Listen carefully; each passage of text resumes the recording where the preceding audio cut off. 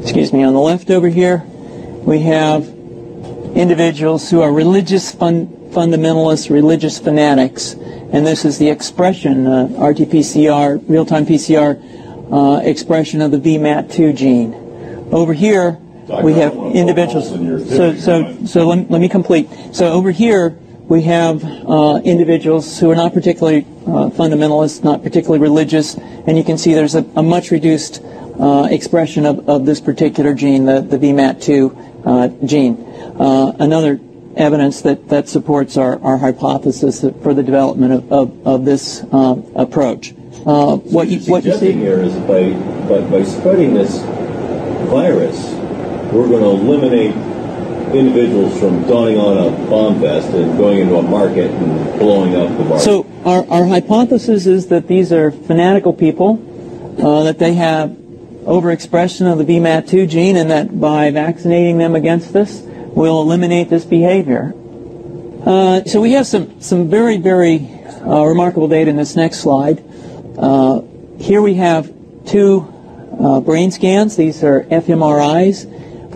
These are two different individuals with different levels of expression of VMAT2.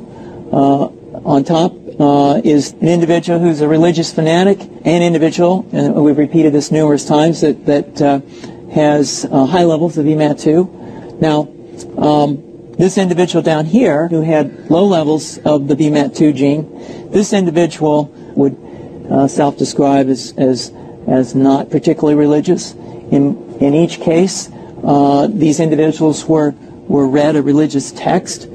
This individual lit up the right middle frontal gyrus, shown here, and that's a part of the brain that's associated with theory of mind. It's a part of the brain that has to do with intents and beliefs and desires. In marked contrast, here's an individual who would not particularly self-describe as religious, and when they're read a religious text, what you see is that this part of the brain called the anterior insula lights up. This is a part of the brain that's associated with disgust or displeasure on hearing something.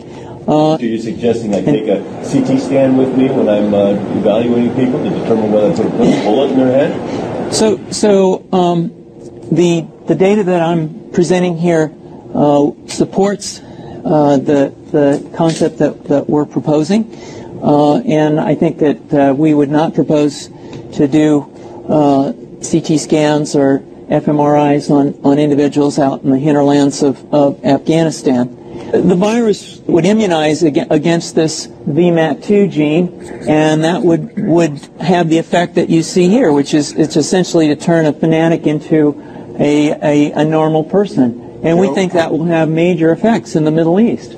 How would you suggest that this is going to be dispersed? Aerosol? Well, so the present plan and the tests that we've done so far have used respiratory viruses, such as flu or rhinoviruses, and we believe that that's a satisfactory way to get the exposure of the largest part of the population. Most of us, of course, have been exposed to both of those viruses, and we're quite confident that this will be a very successful approach. This is fascinating. What's the name of this proposal?